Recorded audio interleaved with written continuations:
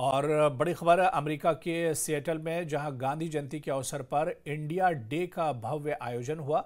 भारत के वाणिज्य दूतावास और गेट्स फाउंडेशन की तरफ से कार्यक्रम का आयोजन किया गया था। इसमें बिल गेट्स सहित फाउंडेशन बोर्ड के कई मेंबर्स शामिल हुए। इस मौके पर महात्मा गांधी के अहिंसा और समानता के विचारों पर गहन चर्चा हुई।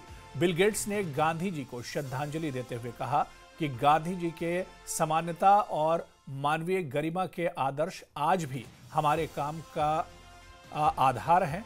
भारत आज नवाचार का वैश्विक नेतृत्व कर रहा है और हम विकसित भारत 2047 के लक्ष्य में भारत के साथ साझेदारी को और मजबूत करने के लिए तत्पर हैं।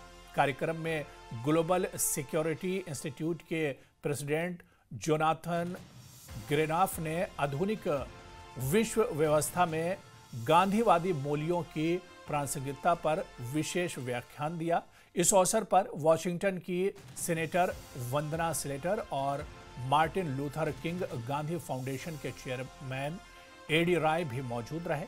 इस दौरान स्थानीय और भारतीय अमेरिकी समुदाय के कई लोगों ने गांधी जी की प्रतिमा पर पुष्पांजलि अर्पित की और उन्हें याद किया। इस मौके पर भारतीय संस्कृति और कला पर शानदार प्रदर्शनी ने सभी का मन मोह लिया।